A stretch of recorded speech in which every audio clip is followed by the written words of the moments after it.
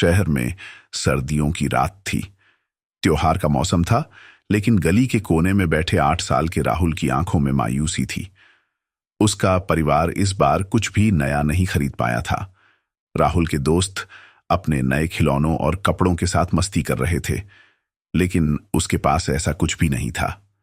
वह आसमान की ओर देखता और सोचता, क्या इस बार सांता मेरे लिए भी कुछ लेकर आएगा? उस रात एक गली में लाल पोशाक पहने एक आदमी आया। लंबी सफेद दाढ़ी, सिर पर टोपी और कंधे पर एक बड़ा थैला। लोग उसे सांता कहने लगे, लेकिन यह असली सांता नहीं था। ये तो एक साधारण इंसान था जिसने दूसरों की खुशियों को अपनी जिम्मेदारी बना लिया था। सांता ने राहुल को देखा और उसके पास जाकर पूछा, बेटा, क्यों उदास बैठा है? राहुल ने धीरे से कहा, मेरे पास कुछ भी नया नहीं है, न खिलौने न कपड़े। सांता मुस्कुराया और बोला, क्या तुम जानना चाहोगे कि खुशियां कैसे लाई जाती हैं? राहुल ने उत्सुकता से सिर हिला दिया। सांता ने उसे अपनी गाड़ी में बिठाया और उसे शहर के एक कोने में ले गया। वहां उसने देखा कई बच्चे बिना खिलौनों और कपड़ों के मस्ती कर रहे थे।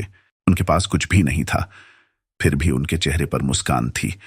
सांता ने राहुल को खिलौनों से भरा थैला दिया और कहा, जाओ, इन बच्चों के साथ खुशियां बांटो। राहुल झिझकते हुए आगे बढ़ा। उसने एक बच्चे को खिलौना दिया, फिर दूसरे को। धीरे धीरे हर बच्चे के चेहरे पर मुस्कान छा गई। उनकी खुशी देखकर राहुल का दिल भी खुशी से भर गया।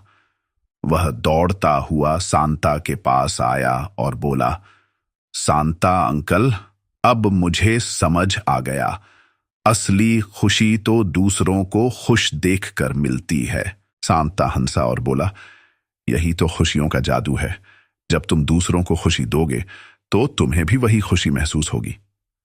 अगले दिन राहुल ने अपने दोस्तों के साथ मिलकर पूरे मोहल्ले में मिठाइयां और खिलौने बांटे।